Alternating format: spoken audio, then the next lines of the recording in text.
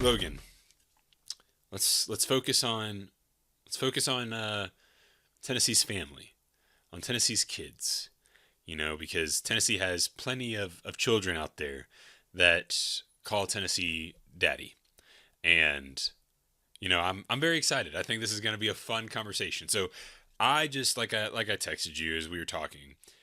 This is not a necessarily a ranking, but rather a group of Tennessee's children. And so, I think that also helps because there's a good chance we have the same answers and for some of this. But I think I've got six or seven of these. So, we'll see what you've got. So we'll go back and forth here. But Logan, who calls Tennessee daddy? Um, in football, I think the University of Memphis absolutely does. They've only won one time in the history of football. It was unfortunately the year that Peyton played, so that's kind of a bummer. A Manning, this is a little off topic, but a Manning has never actually beaten the University of Memphis. University of Memphis is 3-0 against the Manning family. Yeah, I was gonna say, didn't Eli lose twice?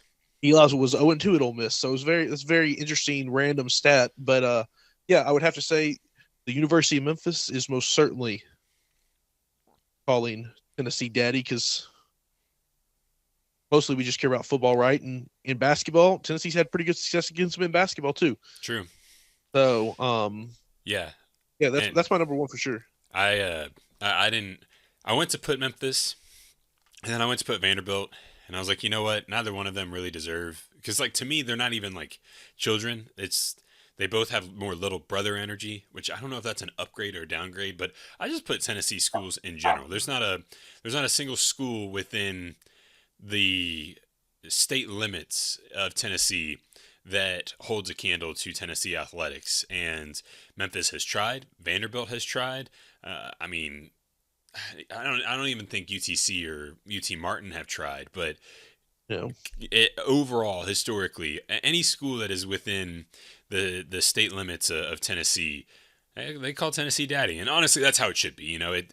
You would not want it to. You would not want to be in the situation that maybe some of the other states are in, where you have a main competitor and things like that. So, uh, well, my I would have said Vanderbilt, but I only had two. Number one, I don't respect Vanderbilt enough to put them in that conversation, fair anyways. enough. Number two, in the last seven matchups in prominent sports, Vanderbilt's won six of them in the Right. calendar in the past 12 months. So We're I talking. just We're couldn't talking I couldn't do it. I had to have a historically. little awareness. I had to have a We're little awareness. No, 1 year doesn't wash away 100 years of history.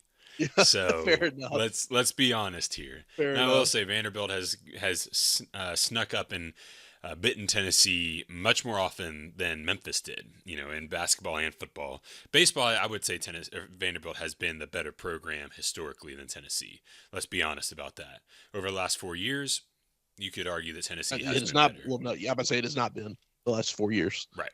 but So, yeah, all right, next. Keep going because you it's took. I it's said one of my answers, so I it's got to piggybacked be on you. it's got to be the University of Kentucky. Oh It man, absolutely has to be. one hundred It has to percent, be, right? one hundred It percent. has to be, right? Like you're talking about, and you can look at the record, and Tennessee absolutely has a losing record to Kentucky in basketball, 1,000%. Alec, what team has beaten Kentucky more than any other team in the history of college basketball? Tennessee. Tennessee. Tennessee has beaten Kentucky more than anybody else has in the history of college basketball.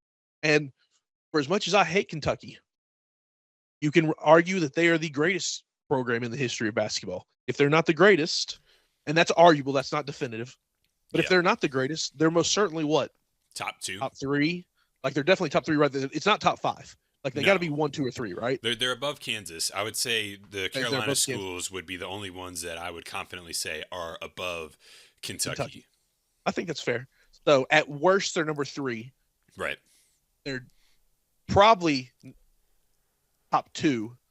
And I wouldn't say you're a moron if you say they're number one. Right. That being said, I hate them. We have beaten them more than anybody. And by golly, if we are not what Kentucky if we are not to Kentucky what Florida is to us in football, I don't know what a more Right. easy example would be. Yeah. I mean, it doesn't matter.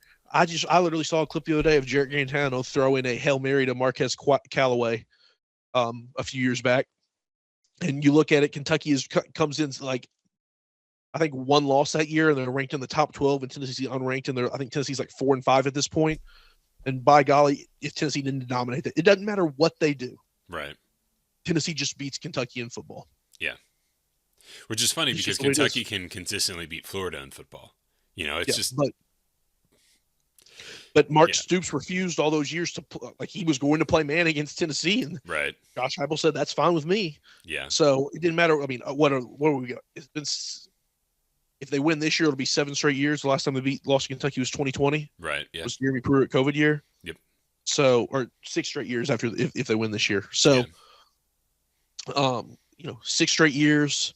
That would mean I think they've only lost to Kentucky 4 times in the last 40 or something like that. Some astronomical numbers. So, University of Kentucky absolutely calls Tennessee dead. 100%. And both basketball, football.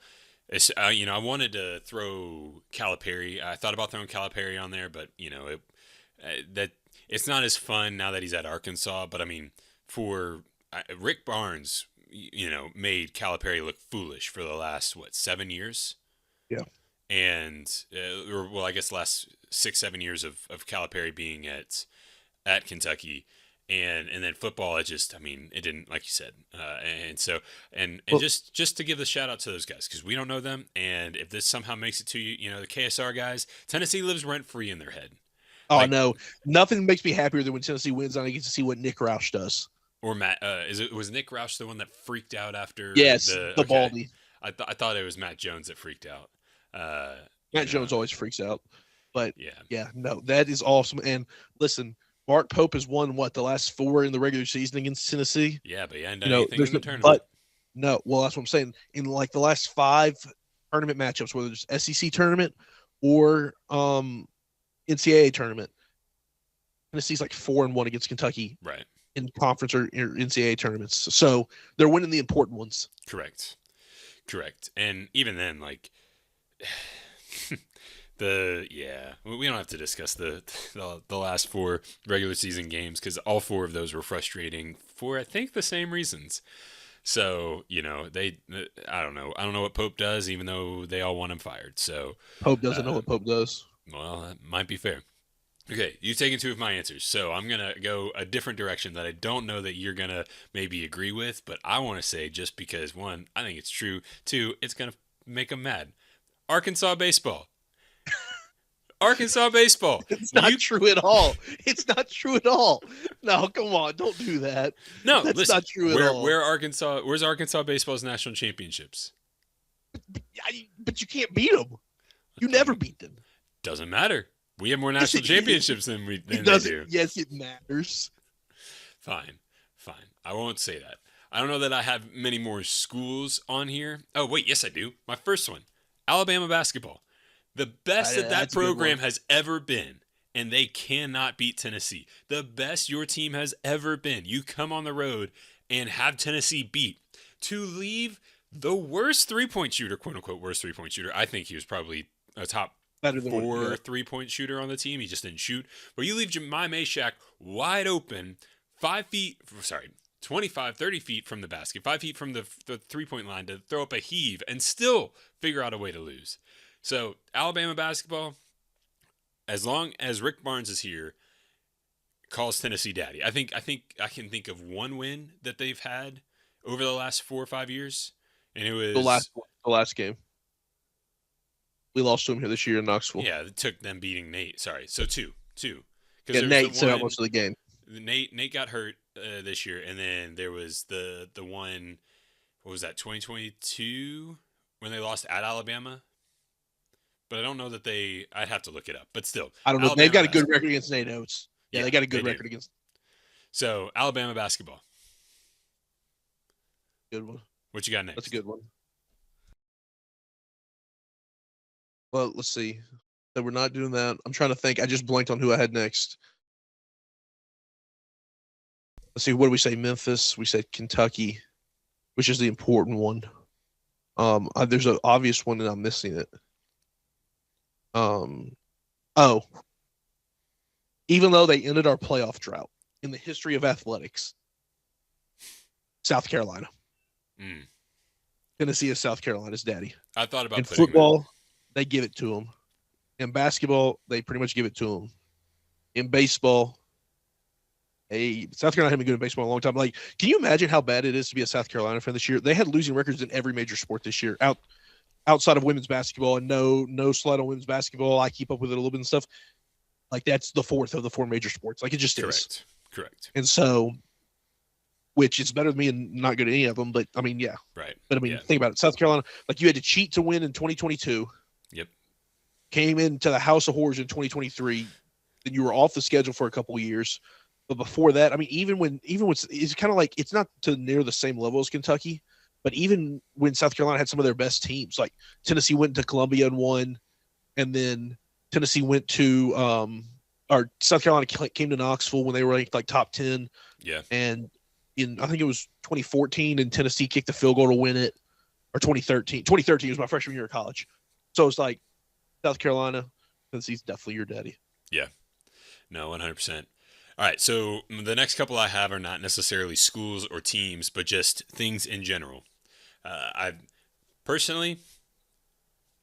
going to put the NCAA. Tennessee, in the court system and all of that, when it comes to the NCAA as a whole, has kind of whipped up on the NCAA. It took a local judge who didn't want to That's what I thought went first.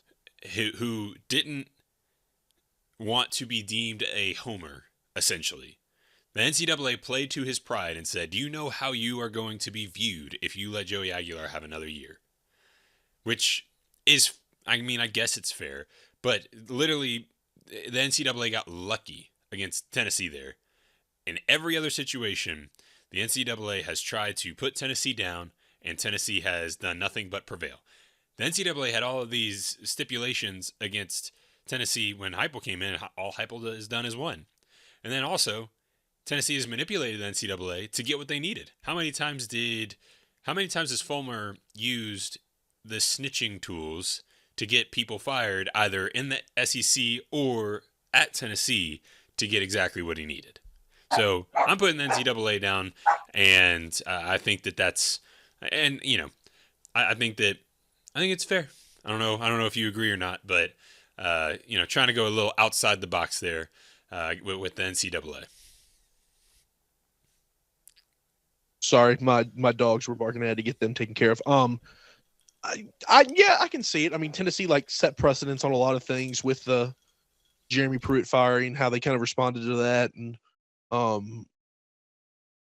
like the Joey Aguilar case was obviously a bummer, but with Nico, they kind of changed the tone with Nico when they did all this stuff with him and did everything out front legally and everything. So yeah, no, I mean, I can obviously see the argument for that.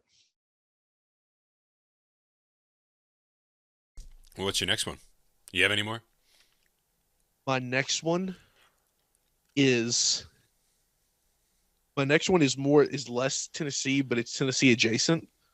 Vol Twitter is most certainly Dan Wolken's daddy. Oh man, that's a good one. I would say Vol Twitter. Listen, I don't see many interactions where Vol Twitter loses. I'm about to say that's true, but to get specific, Dan Wolken and Pat Forty get absolutely destroyed still by Tennessee fans. They'll tweet something, and Tennessee fans are still on them. And this is from Schiano Sunday back when what? What was that? Was that before the Pruitt thing? So back in like 2017, 2018? Yeah. Like, yeah, they have never lived that down. Because was Schiano with Pruitt or with? I thought Schiano was before Pruitt. I thought Schiano was they hired Pruitt for Butch. Schiano was after Butch? Did I have my timeline wrong? Yes. Okay. Schiano was after Bush. Gotcha. After Butch. So yeah. Definitely, like, they still live that down. Of course, Dan Wolken was so dishonest and a jerk in that whole thing anyways, because his text message got released and he was just, trying to help at the time. What was that? What was AD's name? John Curry. Like, just, spewing stuff for John Curry to try to help with the PR of everything. And so people still let them have it. And the whole Conzo Martin thing, which is a little bit before your time in fandom, but the basketball coach before Donnie Tyndall, who was before Rick Barnes. he talked trash about Tennessee and it all worked out. And so yeah, Vol Twitter is definitely the daddy to Pat Forty and Dan Wolken for sure. Yeah, I definitely would say Vol Twitter is just. I don't know that there's another fan base that is as good as Vol Twitter. It's hilarious to me when one account gets offended, or not even offended. Someone takes a shot at one account and they interact at all. Just how everyone gathers all at once. Like even like watching with DGG, the Ohio State Twitter tries to come at Tennessee Twitter and just gets obliterated left and Yeah. right.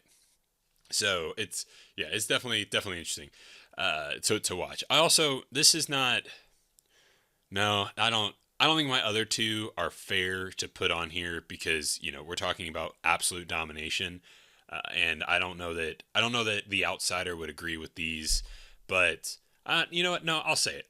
I think as far as conversations go, and I know this is probably only within the Tennessee bubble, but Neyland Stadium and the conversation around Saturday environments, one Tennessee gets disrespected on a regular basis, but I mean there is, and I haven't been to a lot.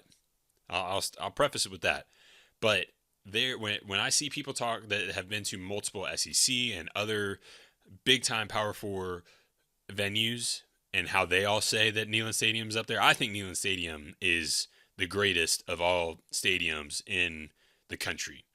I would only hear a legitimate argument for Death Valley, LSU Death Valley, not Clemson Death Valley. But as far Not as as good. right, I've been there. I just there is not a environment that tops Neyland Stadium at its peak, and I mean when you're talking at its peak, there is not another stadium that is as good. I mean, you could talk about the Big House having more. I'm excited to go to Kyle Field and see what that's like, but like the fact that it is just a wall of noise and how things don't come out, and when you pump in music like or pump in sound like Tennessee does, but LOL at Alabama. there is not another stadium that I believe can shake the way that Neyland Stadium can when it's at it. I mean, think about 22 Alabama, 24 Florida and Alabama. When Dylan Sampson, even before that, when they were goal line stand, when oh god, yeah, no, when they were backed up. Anyways, I need to stay focused. I think Neyland Stadium is every other stadium's daddy. I don't think there is a stadium that touches it in the country. I mean, I would agree with that, and I don't think that's homerism because Josh Pate would agree. Kirk Herbstreit says it's up there for sure. I'm not convinced Josh Pate's not a closet Tennessee fan. I know you may be right, but maybe right. Tom Hart is a big time advocate for Neyland Stadium. So Cole Kublik, yeah, Brady Quinn has come out and said about how the football was shaky when Notre Dame came here back in 06. Yeah. So yeah, absolutely. I think that's a fair point. All right, you got any more? Nope, I'm done. I got mine.